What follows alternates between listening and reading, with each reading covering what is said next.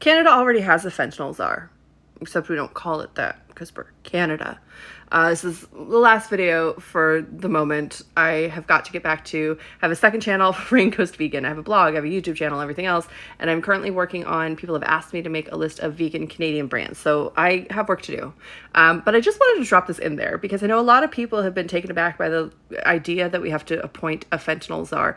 And let me introduce you to a little somebody. This is the Honorable Yara Sachs. She is an MP, but she is also in the cabinet. She is the Minister for Mental Health and Addictions. Because in Canada, we don't appoint czars. We work collaboratively with each other on committees, and we have cabinet ministers, and the cabinet ministers receive mandate letters from the sitting prime minister. This also applies to your MLAs, your members of the Legislative Assembly of your province. They also get mandate letters from the premiers. And we deal with the opioid epidemic that we're having in Canada on both a federal and a provincial level. Specifically, in 2021, Justin Trudeau created a cabinet position called the Minister of Mental Health and Addictions.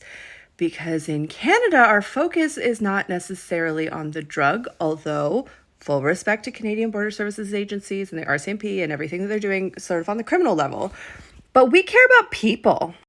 And the people who are using fentanyl, who have addictions, who have mental health issues, we're trying to help them. And like I said, we do this on every level. In BC, the NDP just took government last month and the mandate letters came out.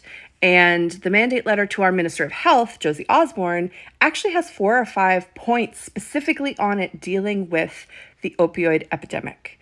And we want to make sure that people are getting treatment, that doctors are not helping people, like they're making sure that people aren't going to become more addicted. There's places and things that we're doing to help people who already have addiction. We are helping the people first. We're not perfect. We have a long way to go. But we're helping the people. Whereas in America, they like to criminalize the drug and talk about the drugs and the war on drugs and the drugs and the Nancy Reagan, Ronald Reagan, all the drugs. But in Canada, our focus is on the mental health issue.